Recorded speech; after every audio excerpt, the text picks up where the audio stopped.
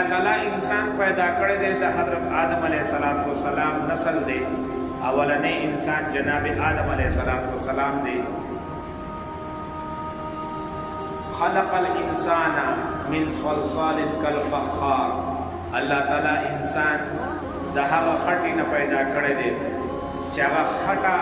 هغه وچه شوه او د هغې نه د ټنګاري آواز راتلو الله تعالی د انسان د خاورې خټې نه پیدا کړی دی او د دې په مقابله کې پیریان دي پیریان الله تعالی د اور نه پیدا کړی دی وخلق الجان من مارج من نار پیریان الله تعالی د تیز اور نه پیدا کړی دی خبر د انسان دا انسان الله جل شانه پیدا کړو نو الله جل شانه انسان له یو خاص مقصد ورکړو او الله تعالی فرمای انی جاعل فی الارض خلیفہ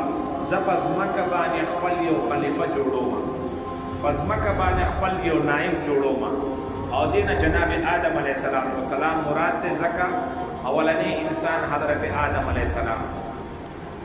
الله جل شانه آدم علیه السلام د پیدایش اراده وکړه فرشتو ته ظاهر کړل فرشتو ته چې موږ نحنو نسبح بحمدک ونقدس لك موږ ستا حمد و ثنا کوو کنه ولې نور مخلوق پیدا کړي الله تعالی تو فرمایل چې زه په دې خبرو باندې پوهېږم انی اعلم ما لا تعلمون زه په دې خبره پوهېږم تاسو نه پوهېږئ دا شارټ کټ جواب دی او تفصیلی جواب دا و چې الله تعالی حضرت آدم علیه السلام نم تپوسونه وکړل او د فرشتو نه هم تپوسونه وکړل چې دا څه څیزونه دي او دوی ته څه وایي نو فرشتو ورته ویل چې سبحانک لا علم لنا الا ما علمتنا پاکه ربه تا چې موږ له پوهه راکړې ده په هغه پوهېږو نور په زیاتو نه پوهېږو او چې آدم علیه السلام ته حکم وشو انبئهم باسمائهم هؤلاء د دې شیدونو نومونه ووایه آدم علیه السلام فر د هر یو شي نومونه بیان کړل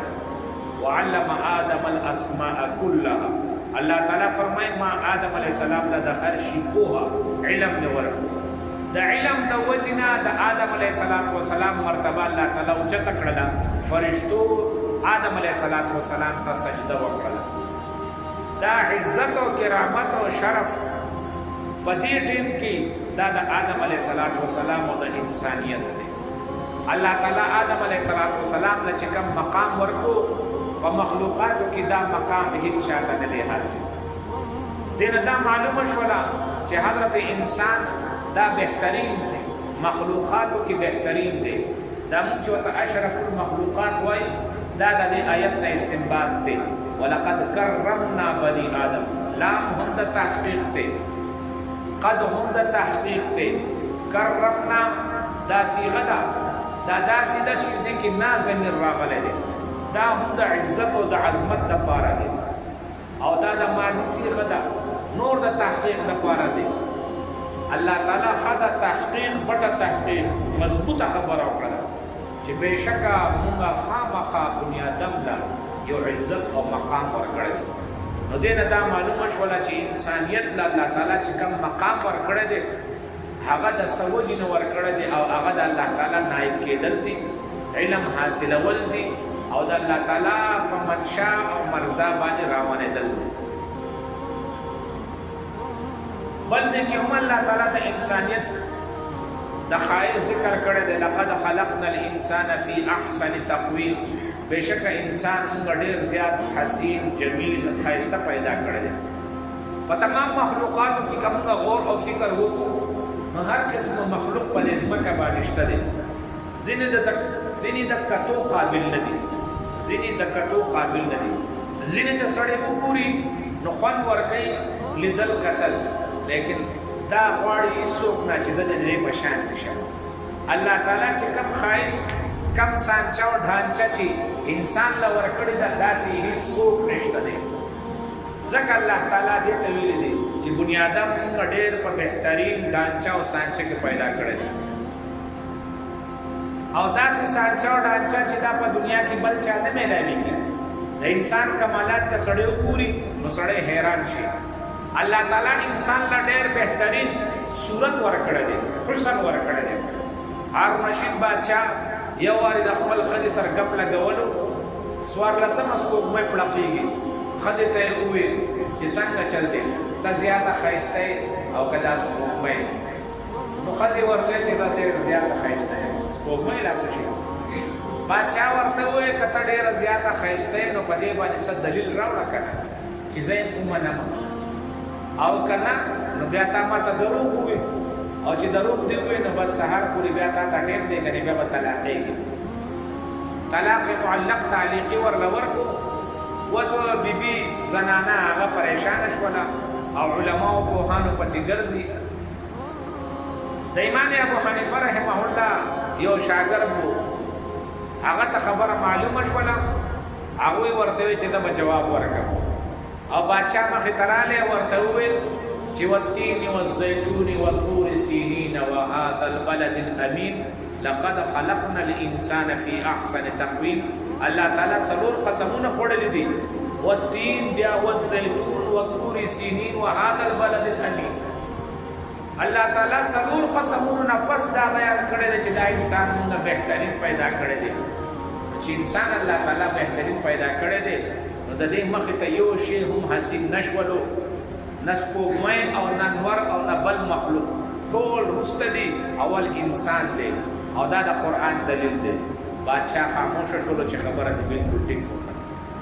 نو خبره دا ده چې الله جل شانه انسان له یو کمال حسن ورکړی دی دا بل مخلوقات له الله تعالی نه دی ورکړی د انسان یو کمال دا دی چې الله تعالی انسان له عقل ورکړی دی انسان د بلندۍ د بزرګۍ د شرف او د عزت کا مقام دی هغه د عقل د وجې نه دی الله تعالی انسان له عقل ورکړی دی او دا عقل دومره بهترین شی دی چې هم دې وجې نه الله تعالی انسان مکلف ګرځوي د عقل د وجې نه به قیامت په ورځ د خلکو نه تپوس کېږي چې چا کې عقل وي هغه مکلف دی چې چا کې عقل نه وي لیونی وي د هغه نه خو تپوس نشته په څاروو کې دا عقل نشته دی څاروو کې مازغه ډېر دی په سنډا کې به ډېر شي مازغه لیکن په دې مازغو کې عقل نشته دی ته به وګورې چې که د یو ورځ پیدا شوی څاروی دی او که سل کاله تېر کړي دي د دې دواړو طبیعت او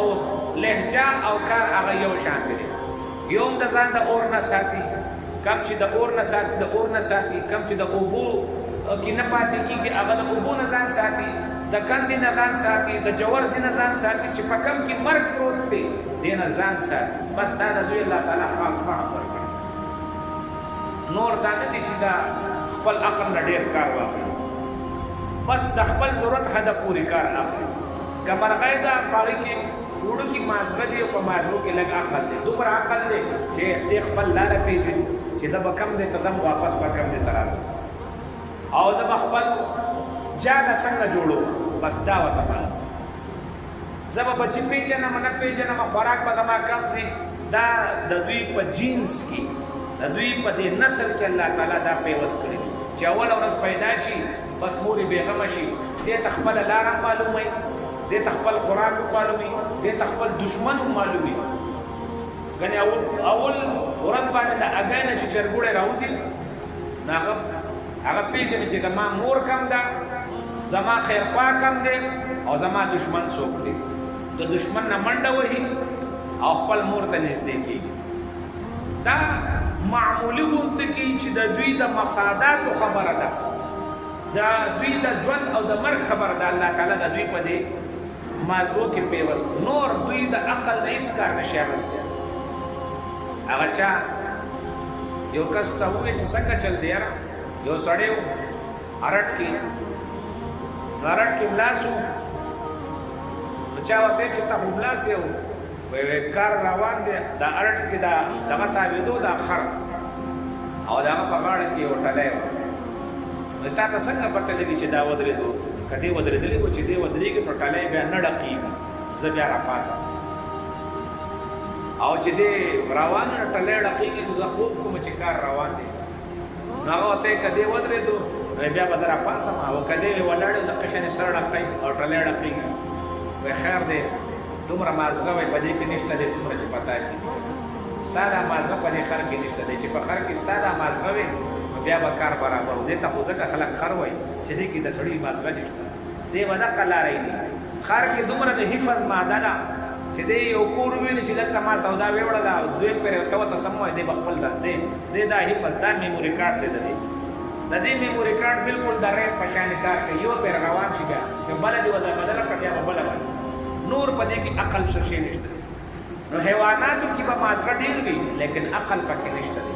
عقل دا ماده الله تعالی انسان له ورکړي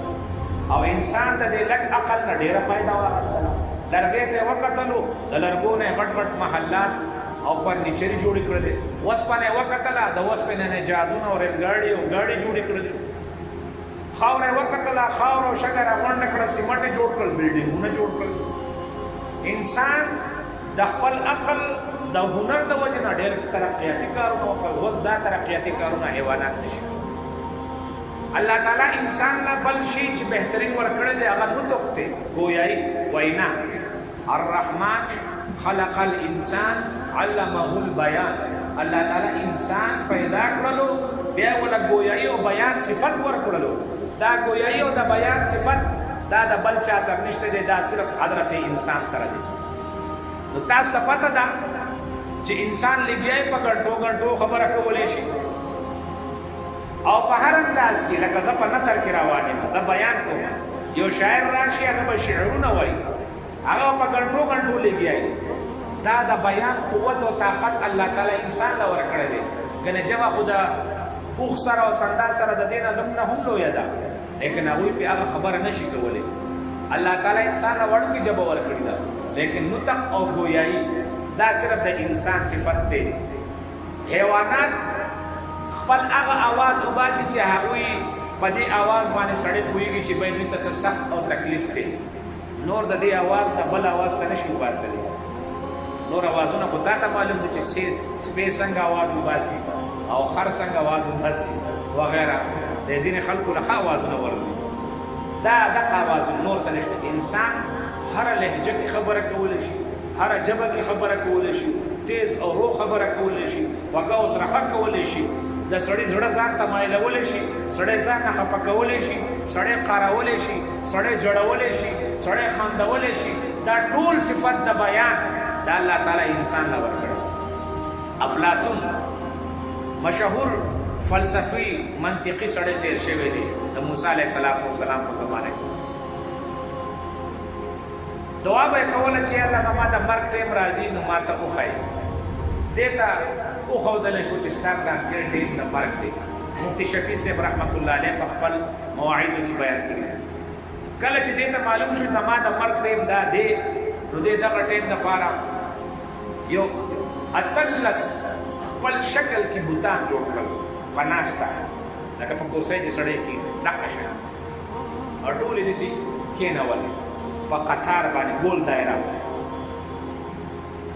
او بالکل هغه شان ترې ټول جوړ کړل چې څنګه دی و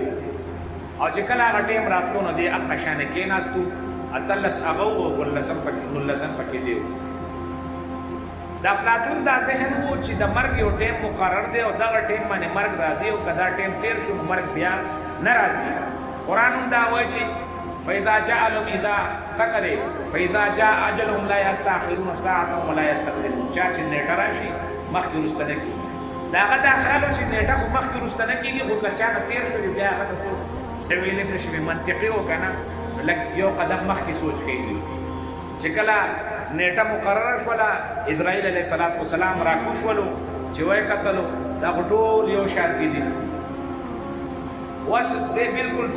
هغه شانتي ناست دی په قلار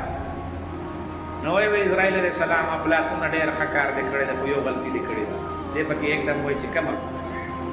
هغه ورته چې بس ته حیوان ناطق او دا غیر ناطق ته خبره کولی شي دوی نشي کولی بس دا غلطي دی کړې ده او چې څنګه دی وایي چې کله دې بس رای کاږل وباسه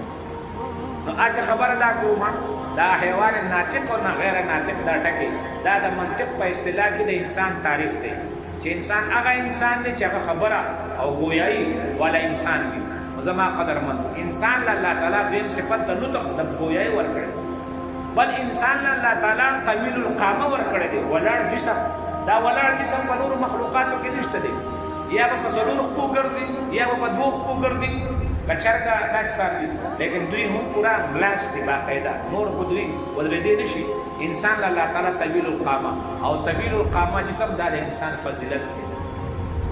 حیوانات خوراک په ټیم کې سرخ کته وړي او خوراک کوي، سرخ کته وړي خوراک کوي. اوښتې نو هغه چونکه ډېر اوچت دی نو هغه خپله خوله په اوچت ونو باندې ګرځوي، کښته پراته دی بیا ښکته راځي. لیکن یو انسان دی چې دی خوراک دپاره خوله نه وړي، څښاک دپاره خوله نه وړي، دې له الله لاس ورکړي دی او په دې لاس باندې خوراک رالي او دې خولې ته وړي. انسانه چې ستا د سر خوراک دپاره هغه نه ښکته کېږي نو خدای نه علاوه بل چا دپاره هم نه دی ښکته کول پکار. د انسان له الله تعالی دا هم فضیلت ورکړی دی چې ته خپل سر خوراکونو دپاره مخکې کوه، لږې پیسې او لږ خوراک او لږ چوارې او لږ سیمنټ بوجی سر ورښکته که دا کار مه کوه. سر ته خوراک راوړه، محنت خپل کوه. دا خوراک خولې ته وړل دا محنت طرف ته اشاره، خپل محنت کوه. تیارې ته مه کښېنه، د تیارې عادت شوې. ځینې خلک تیارې ته ناست دي خصوصا د الیکشن په ټایم کې بیخي تیارې ته ناست دي چې به یې که چا څه راکړه نو دا به یې که چا را نه کړل زه خفه یم. دا د انسان د محنت دلیل نه دی، دا د بې همتۍ باندې کاهلي او سستي باندې دلیل. نور ډېر شي فضیلتونه هغه د انسان دي چې الله تعالی انسان له ورکړي دي او الله تعالی نورو حیواناتو له هغه فضیلت نه دی ورکړی. دا ټایم چونکې کم دی نو زه په دې باندې لږ خبره کوم چې الله تعالی انسان له یو خاص فضیلت ورکړی دی او بل له الله تعالی نه دی ورکړی. وفي انفسکم افلا تبصرون، الله تعالی فرمایي ځانونو ته وګورئ او عبرت واخلئ، غور و فکر وکړئ. الله تعالی فرمایي کائنات ته وګورئ او غور و فکر وکړئ. اوس دا کائنات چې دی دې ته علما عالم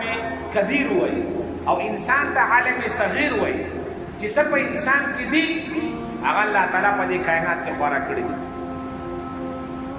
د سترګو مثال دا داسې دی چې دې کې رڼا ده لکه مخامخ چې ماته نور میلاو دی، دا نور هم رڼا ورکوي او دا سترګه هم رڼا ورکوي. په دې جسم کې د یختو مثال داسې دی چې په دې ځمکه باندې واښه او بوټي او فصلونه دي، دا د دې مثال دی. په دې جسم کې چې کم رګونو کې کم وینه دوړاویږي د دې مثال د نهرونو دی، د سمندرونو دی. په دې جسم کې چې کم اډوکي دي د دې مثال د دې غرونو دی. غرونو د لاسه ځمکه محفوظ ده، اډوکو د لاسه جسم محفوظ دی. په بدن کې که نوم موجود دی او د نوم د وجې نه بدن نیم بره دی نیم ښکته دی او دې د وجې نه بدن قایم شوی دی، پیدا شوی دی. الله تعالی په دې ځمکه باندې خانه کعبه یو نوم ګرځولی دی، دا د ځمکې نوم دی، میز دی، مرکز دی. انسان له چې الله تعالی کوم خوی ورکړی دی بالکل الله تعالی په دې کائنات کې هغه شان پیدا کړی. قدیم فلاسفه قدیم حکما یو وار راغونډ شوي او دوی خپل منځ کې میټینګ کړی چې انسان څه دپاره پیدا دی. نو ډېر میټینګونه وشول چې بیا دا خبره پکې تېر شوه چې انسان خوراک او څښاک دپاره پیدا شوی چې دی به ښه خوري او ښه به څښي. او جدید دانشوران حکما دا جدید دا ټکي لږ دې زمانې په لحاظ سره لږ مخکینی دی، په دې باندې لږ ټایم تېر شو 50 کال. په مغرب کې سکالران او دانشوران راغونډ شول چې انسان څه دپاره پیدا دی. هغوی هم 2-3 ورځې میټینګ وکړلو، په آخره کې خبره دا تېر شوله چې انسان خوراک څښاک دپاره پیدا دی چې ښه خوري او ښه دې څښي. تاسو نه تپوس کوم مسلمانانو، تاسو وایي انسان خوراک څښاک دپاره پیدا دی. د مسلمانانو نه تپوس وکړئ مسلمانان انسان څه دپاره پیدا دی، مقصد یې څه دی. د انسان مقصد الله تعالی بیان کړی دی، وما خلقت الجن والانس الا لیعبدون. انسان خو مونږ عبادت دپاره پیدا کړی. اوس د عبادت په ځای باندې خوراک څښاک دا څه مقصد شول؟ خوراک څښاک خو ضرورت دی، مقصد جدا شي. مقصد ختمیږي نه، ضرورت فوراً ختمیږي، بیا راځي بیا ختمیږي. دا خو ضرورت دی. او د دې حکماو د دې جواب ټول موږ سره شته دی او هغه دا دی چې کومه کمپني او کارخانه هغه کار کوي نو د هغه دستور دی چې هغه خام مال کارخانې ته راوړي او د دې خام او کچه مال نه بهترین مال جوړوي. دا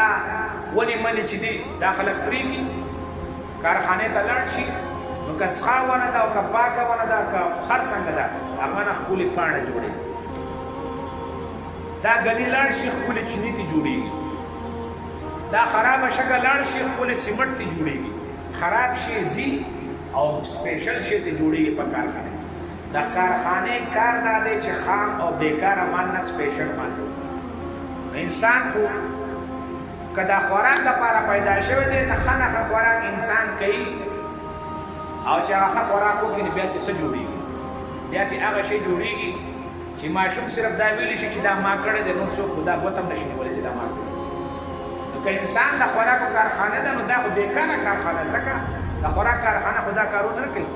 دا څه کار راوړه انسان د عبادت لپاره پیدا او عبادت لپاره الله تعالی پیغمبران را لېږلي چې د دوی په نقش قدم روان شي انسانه بې لاره کېږه مه اقرأ باسم ربک الذي خلق اولنۍ صورت دی الله تعالی په اولنۍ صورت کې د دو انسان ذکر وکړو عبدا اذا صلى یو سړی هغه دی چې هغه مونځګزار دی یو هغه دی چې هغه نافرمان کلا ان الانسان لیطغى یو سرکشه دی د یو مثال د شیطان ابو جهل په شان دی او د یو کس مثال د نبی علیه السلام په شان د نیک او د بد انسان تقسیم قرآن کړی دی انسان خو الله تعالی بهترین پیدا کړی دی خو دغه انسان که چېرته د الله تعالی مرضا منشا باندې روان وي نو دا بهترین او که د الله تعالی مرضا منشا مطابق نه روان نو دا لاړه له ځانه تباه او برباد کولو ورکوي یو خبر را یاده شوله د امریکې یو مشهور ډاکټر ډاکټر ایلیس سیل ورته نوم دی امریکې ایکولوجسټ دی غیر مذهب دی د مذهب سره څه تعلق نشته دی ساینسدان دی هغه یو کتاب لیکلی دی د هیومنز آف فار نار ارت انسان زمینی مخلوق نه دی ما د هغې خلاصه کتلې ده بیا هغه کتاب ما کتو خو نه میلاوېدو په هغه خرچه راکړه او هغه خرچې سیسټم دلته موږ سره نشته دی خو د هغې خلاصه ما چې وکتله دې امریکني ساینسدان یو دعوه کړې ده چې انسان د دې ځمکې مخلوق نه دی دی د بهر نه راغلی دی او دا داسې مضبوطه دعوه ده چې دې دعوې د مخکیني ساینسدانانو توړ وکړلو یو گروه د ساینسدانانو داسې دی چې هغوی وایي چې انسان هغه د ځناورو نه پیدا دی ډارون عقیده چې ساتي د ډارون نظریې دې ته نظریې ارتقا ایولوشن وایي دوی دا ذهن ساتي چې انسان د ځناور نه پیدا دی مسلمانان نظریه دا ده انسان د آدم علیه السلام اولاد دی او آدم علیه السلام په خپل لاس الله تعالی پیدا کړی ځناورونه نه دی بدل شوي اوسه پورې په کالج او یونیورسټۍ کې د ډارون د نظریې تبلیغ کیږي په دې باندې دوی خپل موویانې او فلمونه او تیوریانې او پته نه غټې خرچې کوي چې موږ د ځناور بچي د مسلمانانو عقیده دا نه ده کم خلک چې مذهب مني هغوی دا نه مني یهودیان عیسایان مسلمانان دا شی نه مني اوس یهودیان عیسایان خو په نوم باندې دا پاتې شوي دي نور هغه په خپل مذهب کې غیر مذهبه شوي دي دې سړي دعوه کړې ده او په دې دعوې باندې دلیل پیش کړی دی هغه وایي چې ما په دې باندې هغه دلایل پیش کړي دي چې د دې څوک جواب راکړي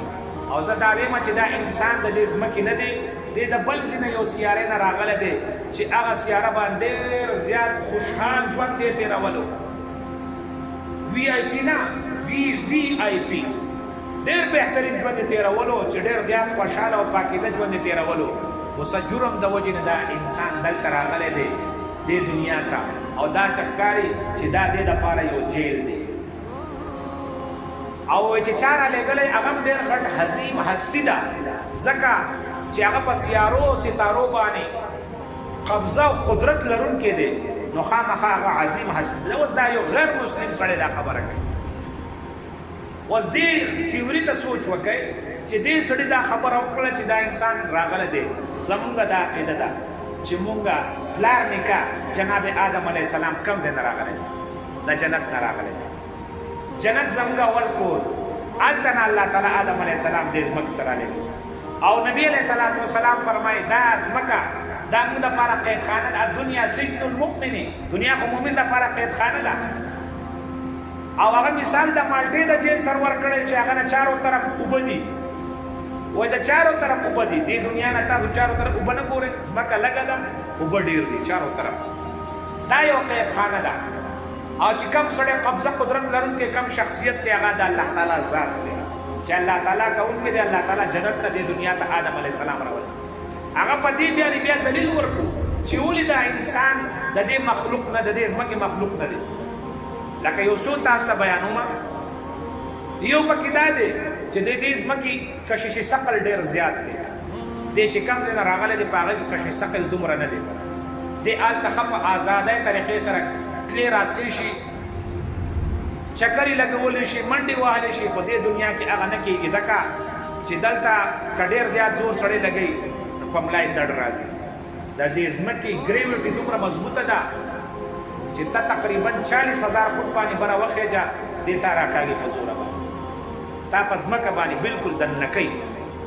نو تاسو ګورئ نه دا مشران خلکو بلکې ځوانان هم په دې ملا باندې دړ راشي ولې ځمکه راکاږل کوي ګریویټي دی ته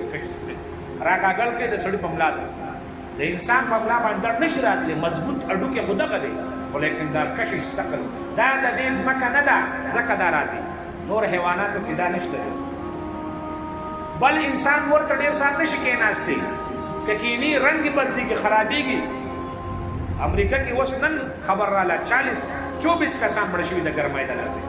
د لاسه نور ته کېناستو د لاسه صرف د ګرمۍ دې چې کوم ځای کې وایي او نو هلته وایي نور نو یا به ډېره معمولي وو خو لیکن دا سیسټم نو لیکن دا نور څاروي کېناوه غرمو ته پروا نه بل د انسان په یخنۍ ګرمۍ بدلېدو سره دې خرابېږي ګورې نه هلکه ولې یار یخنۍ والی یم ګرمۍ والی یم سمسۍ والی یم ولې یار یخنۍ نه ګرمي شو ګرمي نه یخنۍ شوه انسان موسم بدلېدو سره بیماریږي لیکن دا ځناور دوی اټومیټک د دوی درجه حرارت چې دی په سیکنډ کې ریګولیټ کېږي بدلېږي خپله بدلېږي یخنۍ کې دوی یو شان دي ګرمۍ کې پروا هم نه لیکن انسان داسې نه انسان موسم بدلېدو سره بیماریږي بل یو فرق دا دی چې دا انسان کې دایمي امراض شته دی لیکن په ځناورو کې نشته دی ځناورو کې معمولی امراض یو ټایم کې مرض راشي ختم شي لیکن داسې انسان به تا ته په ځمکه میلاو نه شي چې پای کې یو بیماري نه هر چا کې څه نه څه بیماري د شوګر شته دی د زړه بیماران دي کولیسټرول مسلې دي پته نه څه دي نومونه مونږ له نه راځي سپین دی تور دی پلانکې او ډنګرې دا بیماری دا مرکب دا انسان جوړ شوی دی دا ځکه چې دا د دې وطن نه دی انسان چې آرام کوي نو ځان لپاره تکیه بالغ بستره دا اږدي نرم ځای غواړي چې زه آرام وکړم څاروي پروا هم نه ساتي چې کوم دی بس پې وغځولې دا د دې د آرام ځای دی پروا نه ساتي ځکه دا د دې ځناورو خپل وطن دی زموږ دا وطن نه دی ځکه موږ بالغ مالک ځکه چې په کم وطن کې انسان اوسېږي هلته ډېر آرام دی د خوب دپاره ځای دی د هلته عادت دی هغه عادت دلته هم دی استعمالوي دین علاوه حیوانات چې دی هغه خوراک کوي نو چې څه ورته میلاو شي بس خوله پې اچي او خوري که چای او که پخوي خپل او که پردي انسان د خوراک سیسټم هم ډېر پیچیده دی دی اول راوړي او بیا جوړوي او بیا پخوي او بیا یخوي او بیا یې خوري ستا د یو کیر دپاره څومره لویه غویمه جوړېږي د یو ډوډۍ پخول دپاره څومره لویه غویمه جوړېږي دې نه پته ولګېده چې دې کم ځای کې اوسېدو هلته بهترین خوراکونه تیار میلاوېدل پخولو جوړولو ضرورت نه و دلته خو دا سیسټم نشته دی دلته خو به خپله محنت کوي ځناور په کچه کچه عادت شوي دي مونږ غوښه څوک راکړي هم به پخوو ډوډۍ څوک راکړي غنم راکړي هم به هغه به اوړه کوو بیا به تې هغه کوو بیا به تې پخوو بیا به لږ یخوو او بیا به تشریف به دننه وباسي لویې قصې دي انسان او د ځناورو په ژوند کې ډېر غټ دا د دې ځناورو وطن اصلي دی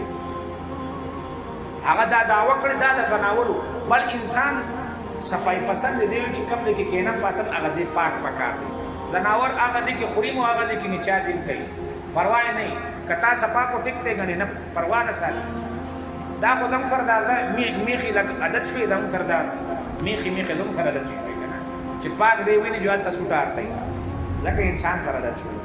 کنه دوی خدا پروا نه دوی خبر دی کې ارته نو انسان چې دی الله تعالی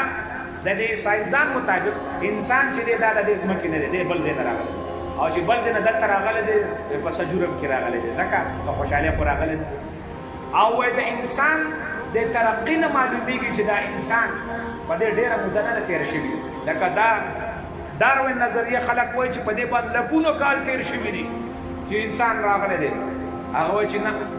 لکونه نه دي زرګونه تېر شوي دي انسان چې په کم ترقۍ سره تیزۍ سره ترقي کړې ده او دې ګاډي او فونونه پیدا کړل او جوړ کړل دې نه پته لګي دا انسان ډېر پخوا نه دی راغلی ایله یې راغلی دی یو څو زره کاله کېږي ځکه که انسان په لکونو کال مخکې راغلی پکار دی چې دا کمه ترقي نن ده دا نن نه یو لاک کال مخکې شوی وي انسان خو دومره ډېر ګذره نه دی چې هغه پیدا شوی پخوا دی او راځي به اوس ترقي کړي دا نشي کېدی اوس ته ماته دا ووایم دا اسلامي نظریې مطابق بالکل ټیک دی ځکه چې ما تاریخ وکتلو د نبی علیه الصلاۃ والسلام زمانې پورې زموږ تاریخ نن 1439 هجري دی نبی علیہ السلام 1439 هجری مخکې هجرت کړی دی د نبی علیہ السلام پیدایش او د عیسی علیہ السلام په منځ کې 574 سال مبارک دی فرق دی د عیسی علیہ السلام موسی علیہ السلام په منځ کې 1500 کاله مسافت د موسی علیہ السلام او د ابراهیم علیہ السلام په منځ کې 1500 کاله مسافت دی د ابراهیم علیہ السلام او د نوح علیہ السلام په منځ کې 2000 مسافت دی د نوح علیہ السلام او د آدم علیہ السلام په منځ کې 1.5 کال مسافت دا ټول چې راغړ کې 2000 کال نه جوړیږي په زرګونو کې 2000 کال نه جوړیږي کمی به شي الله ما په تاریخ دا دی دینه د دې ساينسدان دا موقف د اسلامي تعلیمات مطابق چې بالکل زرګونه کال کېږي چې دا انسان را دا خبره په دې ونه کړله دا نه کوله چې نظریې او تیوریانې جوړیږي لیکن اوس چې کومه نظریه راغلې ده او دا خبره چې انسان د دې ځمکې نه دی دا دی یو خبره پکې هغه اهمه کړې ده انسان کله کله خفه ناسي ښه به هر څه ورسره د خوشحالۍ اسباب اوس لیکن دې کله کله خپله خفه ناسي او داسې خفه ناسي لکه چې دا زما کور نه دی داسې خفه ناسي لکه چې دا دنیا زما کور نه دی لکه په پردیس کې سړی که نه او ښه نه کورې کې خفه سي لیکن سړی په چا پسې خفه هلته به هم ښځه بچي لیکن دې خفه په چا پسې دی چې یاره زما نه څوک پاتې شوي زما نه چېرته څوک پاتې شوي دې دنیا کې هم کله کله سړی زه خپله کله کله ډېر زیات خفه یم او زما خپل دا ذهن چې دا زما ذهن دی او ارمان کومه چې دا دې زه کله پرېږدم ځکه زما ذهن دغه دی چې زما کور جنت دی دا د هر مسلمان ارمان دی نو خبره دا ده چې الله جل شانه جنت هغه د آدم علیه السلام کور جوړ کړی اسکن انت و زوجک